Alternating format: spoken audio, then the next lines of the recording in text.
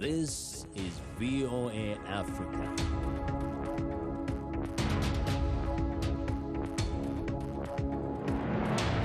Hello, I'm Esther Githui-Ewart. It's Wednesday, April 14th. Welcome to Africa 54. We continue to work remotely because of the COVID-19 pandemic, but what hasn't changed is our commitment to bringing you the latest and most important news from the African continent and around the world. This is today's Africa 54. We begin in Niger, where at least 20 nursery school children died on Tuesday in a fire that trapped them in straw hut classrooms in a school in a poor neighborhood of the West African nation's capital, according to government officials. An official of Niger's teachers' union said the school in the popular Pays Bas neighborhood had around 800 students, including children in the nursery section. Prime Minister Ouhoumoudou Mahamadou visited the site of the fire and sent his condolences to the families of the victims. He promised to do everything so that if the cause of the fire is a crime, the perpetrators will be brought to justice. In southern Africa, the United Nations Food Agency has warned that more than 950,000 people are facing severe hunger in northern Mozambique, where a simmering Islamic State-linked insurgency has escalated over the past year. Maha Al-Badrawi of Reuters has more. Almost 1 million people are facing severe hunger in northern Mozambique, the United Nations Food Agency said on Tuesday. The northern Cabo Delgado province has been home to a simmering insurgency since 2017. But over the last year, militants linked to Islamic State have escalated attacks, murdering villagers, fighting the army, and seizing towns. At the end of last month, an assault on the town of Palma forced tens of thousands to flee. Addressing a briefing in Geneva, World Food Programme spokesman Thomson Perry said that with the security situation continuing to deteriorate, more than 950,000 are now facing severe hunger. Regional leaders from countries including South Africa, Zimbabwe and Botswana met in Mozambique's capital Maputo last week to discuss a response to the insurgency. They resolved to send a mission to the country to assess the threat and how they can help, Mozambique's foreign minister said. Zimbabwe's president, Emmerson Mnangagwa, said leaders had agreed to revive a regional force immediately so that it could intervene. That was Maha Al-Badrawi of Reuters reporting. Burkina Faso's former president, Blaise Compaoré, was charged on Tuesday over the infamous killing of his predecessor, Thomas Sankara. Africa 54 managing editor Vincent Makori has this report. Burkina Faso's former president Blaise Compaoré has been charged in absentia in relation to the 1987 murder of his predecessor Thomas Sankara. It is one of the most infamous killings in Africa's post-independence history. Sankara, a charismatic Marxist revolutionary often known as Africa's Che Guevara, was assassinated during a coup led by his former friend Compaoré. Compaoré then went on to rule Burkina Faso for 27 years. He was ousted in a 2014 uprising and fled to Ivory Coast, where he is believed to still live. He previously denied involvement in Sankara's death. Sankara remains a hero for many in West Africa. He ruled Burkina Faso for 4 years, having seized power in a 1983 coup. In that time, he became the first leader to denounce the menace of AIDS, took a stand against the International Monetary Fund and World Bank, and promoted women's rights. On Tuesday, a military tribunal charged Compaoré with complicity in Sankara's assassination, undermining state security and receiving cadavers. That's according to a court document seen by Reuters. Compaoré's former right-hand man, General Gilbert Diendéré, was also charged with several crimes, including complicity in the assassination. Diendéré, who has been in prison since a failed coup in 2015, was in court to hear the charges and will enter a plea later. Burkina Faso issued an arrest warrant for Compaoré in 2015, but Ivory Coast has declined to hand him over. Vincent Makori, VOA News. Authorities are investigating a bus collision with another vehicle in southern Egypt, which killed at least 20 people and injured 3 others. A government official in the province of Asyut, south of Cairo, said the bus overturned while attempting to pass another vehicle on a highway when it was struck by the truck, causing both vehicles to burst into flames. Asyut Governor Issam Saad's office released photographs of the scene and rescuers searching for possible survivors. Traffic accidents kill thousands every year in Egypt. Speeding is among the main causes of most crashes. Several U.S. states have, for the time being, stopped providing Johnson&Johnson coronavirus vaccines in line with federal guidance after 6 people who received the shots developed rare blood clots. Meanwhile, several countries have suspended the AstraZeneca vaccines after reports it may also be linked to blood clots. White House correspondent Patsy Widakuswara reports. U.S. federal health agencies called for the suspension of the Johnson&Johnson coronavirus vaccine on Tuesday after 6 women developed rare blood clots within 2 weeks of receiving the shot. Experts say the clots were observed in the sinuses of the brain. 1 woman died. Almost 7 million Johnson&Johnson shots have been delivered in the U.S., making the risk less than 1 in a million, according to the Centers for Disease Control and Prevention. The White House said the pause has been put in place out of an abundance of caution and will not significantly impact vaccine rollout. The J&J vaccine makes up less than 5% of the more than 190 million recorded shots in arms in the United States to date. The Biden administration says the U.S. has secured enough Pfizer and Moderna doses for 300 million Americans and will continue to administer an average of over 3 million shots per day. Still, the Johnson&Johnson suspension is expected to scare off those already hesitant to get vaccinated. That's about 20% of Americans, according to polls. It will also make it harder to reach underserved communities since J&J doses do not have to be stored at ultra-cold temperatures and is the only single-shot vaccine being used in the U.S. Think about homeless populations, where it's very difficult to find those people a second time. So even if you go out to, mobile clinics to certain populations, it's just very hard to get to them twice. And so a single-dose vaccine is a great tool for that kind of vaccine outreach. Meanwhile, several countries have either suspended the AstraZeneca vaccine or stopped giving it to younger people, also due to the potential danger of rare blood clots. The J&J vaccine and the AstraZeneca vaccine are made in very similar ways, different from Moderna and Pfizer. And of course, one of the questions is, if this blood clotting event is related to the vaccines, what's special about these vaccines that might induce these blood clotting events? We don't know the answers to that yet, but that's part of the investigation. Issues with AstraZeneca and J&J are complicating vaccine rollout in Europe and other places. But the executive director of the European Medicines Agency, Emmer Cook, insists that the risk of death from COVID-19 is much greater than the risk of side effects. I think it's important that we give the message that vaccines will help us in the fight against COVID, and we need to continue to use these vaccines. As of now, Johnson&Johnson said there is no clear causal relationship between these rare blood clot events and the vaccine. Patsy Widakuswara, VOA News. South Africa has also suspended the rollout of Johnson&Johnson's COVID-19 vaccine. The health minister announced on Tuesday after U.S. federal health agencies recommended pausing its use because of rare cases of blood clots. South Africa's health regulator approved Johnson&Johnson's one-shot vaccine 2 weeks ago, but it has only been given to health workers in a research study so far. The government expects to receive its first batch of commercial doses later this month as part of a deal with Johnson&Johnson for 31 million doses. Much of Europe has been forced back into lockdown amid a deadly third wave of the coronavirus. In Britain, however, pubs, shops and services reopened Monday as the government held its vaccination program for cutting infections. Henry Ridgewell reports from London.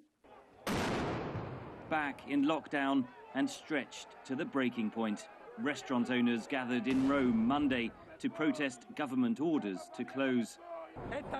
We are tired of this. We need to return to work. We can't just do it anymore.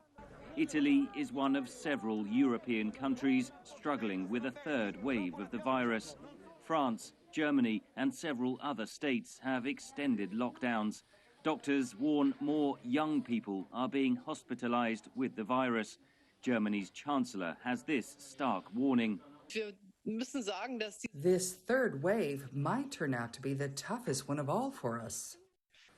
The surge is driven by the so-called B117 variant of the virus, first identified in Britain, which was hit hard in January. But now Britain is bucking the European trend. Pubs and shops reopen Monday as hospitalisations have fallen to levels last seen in the summer.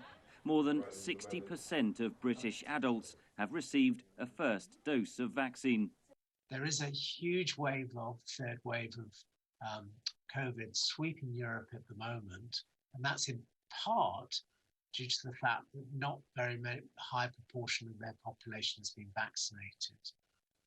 Vaccination programs are complicated things, and they do rely on public confidence. Polls show public confidence in the AstraZeneca vaccine in Britain is around 75%. But a majority of people in France, Germany, Italy and Spain believe the jab to be unsafe. Confusion over trial data led to the vaccine initially being restricted to those under 65. But in a policy reversal, several countries are now restricting the vaccine to older age groups after cases of rare blood clots emerged among younger people. These are very rare events. They still exist, but we need to balance that against the risk of developing COVID or developing severe disease or even dying from COVID. And in most places and for most people, that is a much, much, much greater risk. Europe is trying to boost public confidence. France's Prime Minister was given the AstraZeneca vaccine on live television. After a slow start, inoculation programs are gaining speed, using vaccines from Pfizer-BioNTech, Moderna, AstraZeneca and Janssen. Germany gave a record 720,000 doses in one day last week. But Europe's troubled rollout of the AstraZeneca vaccine has implications beyond its own borders, as global public confidence in the drug appears to be falling. The AstraZeneca shot is cheaper and easier to produce than other vaccines and can be kept at normal refrigerator temperatures. And so for all of those reasons, I think this vaccine is of utmost importance. It's kind of the backbone of the global vaccination campaign. The African Union last week cancelled plans to procure the AstraZeneca vaccine, citing a desire to diversify its options. The bloc said the decision was unrelated to concerns over blood clots. But health experts say it could further fuel vaccine hesitancy, and they are calling for global awareness campaigns to counter misinformation. Henry Ridgewell for VOA News, London. Coming up, a Ghanaian enterprise uses the internet to fight against climate change. We'll be right back.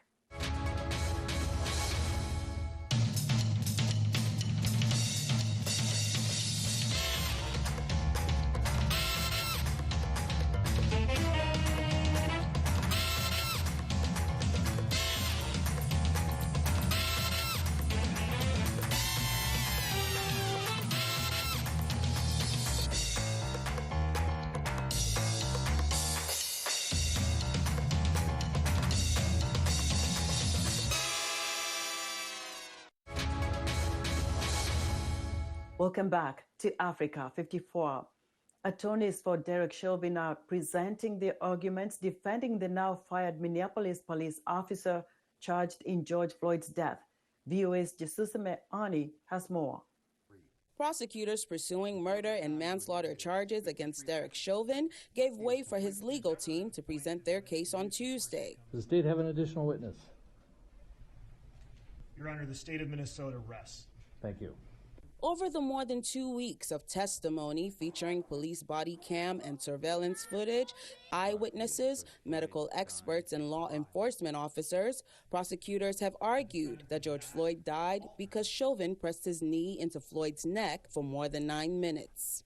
Chauvin's lawyer, disputing that argument, called to the stand Barry Brodd, a retired police officer who testified that Chauvin's actions were justified due to Floyd's frantic resistance. I felt that Officer Chauvin's interactions with Mr. Floyd were following his training, following current practices in policing and were objectively reasonable. However, under cross-examination, he agreed that officers should stop or lessen use of force when it becomes unreasonable.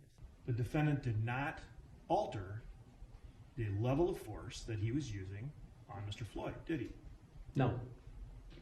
Even though Mr. Floyd, by this point, had become, as you put, compliant. Fair? More compliant, yes. The defense is arguing that drugs and underlying health issues contributed to Floyd's death and that an unruly crowd distracted the police officers. Peter Chang, a Minneapolis Park police officer who was on the scene during Floyd's arrest, testified to the nature of the crowd. Did you notice anything in terms of the tone or tenor of the voices of those people? They were very aggressive towards the officers, yeah. Meanwhile, just miles from where the trial is taking place, another fatal shooting of a black man by a police officer has escalated tensions in a community already on edge. President Joe Biden met with Congressional Black Caucus members Tuesday. You know, Dante Wright in Minnesota, that god-awful shooting resulting in his death, and in the midst of an ongoing trial over the killing of George Floyd. But we're in the business, all of us meeting today, to deliver some real change. The death of Floyd, whose final moments were captured on bystander cell phone video, sparked outrage and protests denouncing police violence across the globe. Jesus Samelny, VOA News, Washington. President Joe Biden is set to announce in a speech Wednesday that the United States will withdraw all of its forces from Afghanistan before this year's 20th anniversary of the September 11th terrorist attacks that triggered America's longest war. VOA senior diplomatic correspondent Cindy Sain has the story.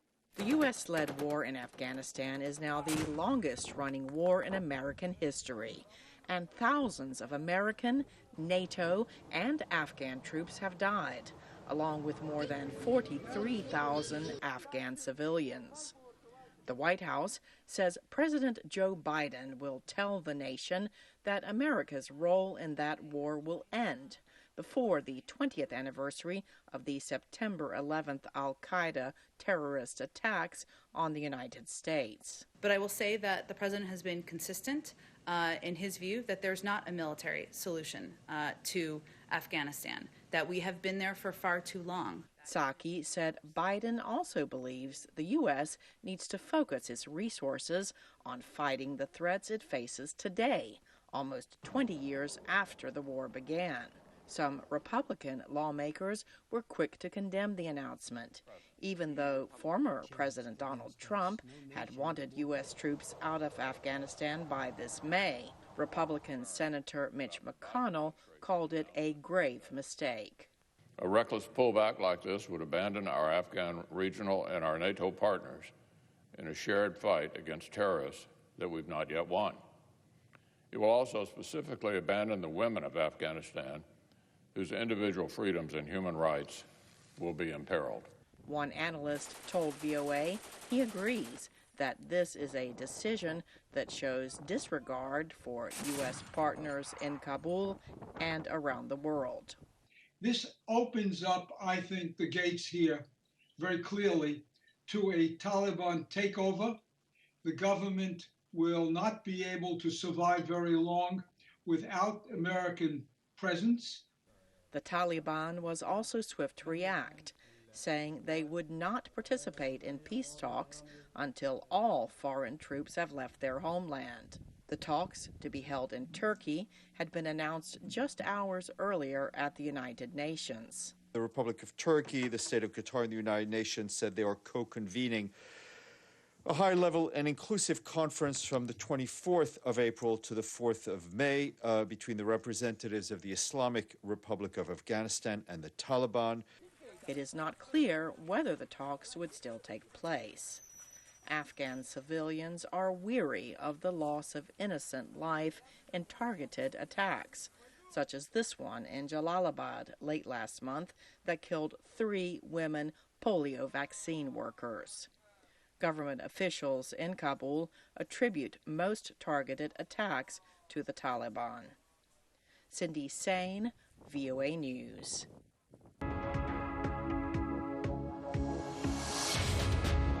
In our tech news, a Ghanaian youth-oriented initiative uses its e-commerce platform, Jowato.com, to fight against climate change by urging its subscribers to contribute to planting trees directly. The online platform also empowers artisans and local women by creating a value chain that enables them to produce quality made-in-Ghana products. Africa 54 tech correspondent Paul Ndiho via Skype spoke to Jonathan Kojo, co-founder of Jowato in northern Ghana. Jonathan Kojo, welcome to Africa 54. Thank you very much. You are one of those young budding entrepreneurs who is trying to come up with his own green revolution. Tell me more about that. We are identifying technological trends, and it's quite obvious that e-commerce is one of such trends when it comes to, our jurisdiction, that is Africa. Now we know that a number of people, because of globalization, can access products from anywhere at all in the world using internet. And this is what we have done. So in our small way, we've come out with a technological platform that is meant to give especially African producers and manufacturers a global market platform while allowing them to use this same platform to contribute directly to tree planting. That is offsetting the amount of carbon that they emit. So this is what Jowato is set to do. And we have rolled out the model, and this is what we are doing at the moment. If I hear you correctly, your business model, you're sort of like an e-commerce platform, but at the same time, you're trying to get people to contribute to tree planting when they use your services. Our model basically is trying to get everyone involved in the funding process of tree planting.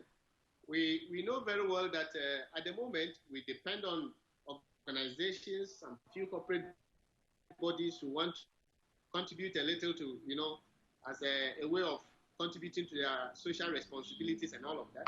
But we are looking at a model that can capture everyone in funding tree planting activities. How did you come up with this fascinating way of doing business? One day, I came out from my house and I realized that the tree was cut down. Within a few days, a lady and, in the company of some men, were planting a kiosk. After a few months, I realized this kiosk was basically meant to sell shea butter. Then I started wondering. I was trained as a computer scientist, and I was thinking, is there a way to help this woman who, in her quest to make life better, has fallen down a tree, a whole tree that probably was there for about 20 years, maybe, with the internet, and we can get her to take her products globally just by giving her a store on a website, and at the same time save several other trees that would have been cut down for the purpose of, putting kiosks that will probably serve a few people around that community. How many people use your platform? At the moment, we have about 147 sellers, that's vendors, mostly local entrepreneurs. We have up to about over 4,000 active subscribers, and we also generate a lot of sales, daily on our platform. Every day we have people believing in our dream. We have people who care about trees also shopping from our platform. And yes, it's more of a new revolution in the e-commerce industry here in Ghana. How are people embracing this Go Green revolution? There's a new wave, and this wave is catching up with people. People are beginning to see the essence of trees. Even children now understand the value of trees. The heat is becoming very unbearable, and the issue of climate change is becoming very real, with very practical examples that we see daily. And we have people, really aligning with us, and also the sellers. They also feel that, look, there's a good opportunity for me to give back to my land. So I would want to sell on your platform, and I would invite my customers to buy on your platform so that we will be able to together give back to the land. To what extent has climate change had an impact on that part of Ghana where you are? Northern Ghana can be very hot with temperatures rising sometimes over 40 degrees. I'm not an expert in climate change, but I always give this one single example. While I was growing up, I remember that when it rained, we had hailstones. And at don't remember the last time I saw hailstones again. And I don't think our children might be seeing hailstones if we don't do something. And I remember talking with my mom, and my mom would always tell me that, look, there used to be a lot of trees. And even as early as January, February, in northern Ghana, we used to have rains. There's still no rain in northern Ghana. And I think we understand to the extent of, there's a lot of drought, a lot of heat. These hailstones, farmers can no longer predict the rain. All these, for me, are clear signs that climate change is real. And, we are suffering the consequences of it. Thank you so much, Jonathan. Thank you very much. That was Africa 54's tech correspondent Paul Ndiho speaking to Jonathan Kojo, co-founder of Jowato in northern Ghana. Predicting whether an outbreak is likely to happen is now possible with the COVID-19 outbreak detection tool, a map that shows the coming hotspots for the disease if accurate data is available. Viewers Elizabeth Lee has the details. What if you could look at a map and know where the next COVID-19 outbreak would be and how soon it would happen? One exists, fueled by machine learning. So in order to respond to the pandemic at the local level, it's important to understand how the disease spreads at what rate in a given county or in a given city. Available to the public, this online map is not a present snapshot of how much disease there is in a community. It's a summary of how fast the virus is spreading. The darker the colors on the map, the more likely an outbreak will happen. This type of prediction is possible with the help of data entered into an algorithm. The data include reported COVID-19 cases and deaths, geographic location, employment rate, face mask mandates, daily number of tests, and other information. As in any prediction modeling, the quality is as good as the input data is. Analyzing the data for each county would take days or weeks for humans to make a prediction. But machine learning speeds up and automates the process of detecting an outbreak.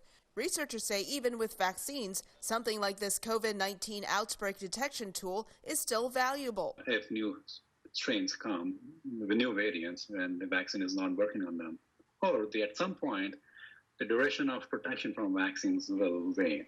We don't know that yet when it's going to happen, but at some point it may happen. It may happen 12 months from now or 18 months from now. Currently, this tool only predicts outbreaks in the U.S. because of the challenge of collecting data in other countries. With enough information, researchers say they are open to creating a detection tool for other countries in the future to help public health officials better plan or even avoid an outbreak.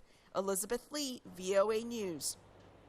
That's our show for today. Be sure to watch Africa 54 on our website at viewafrica.com. From all of us here in Washington, thanks for watching.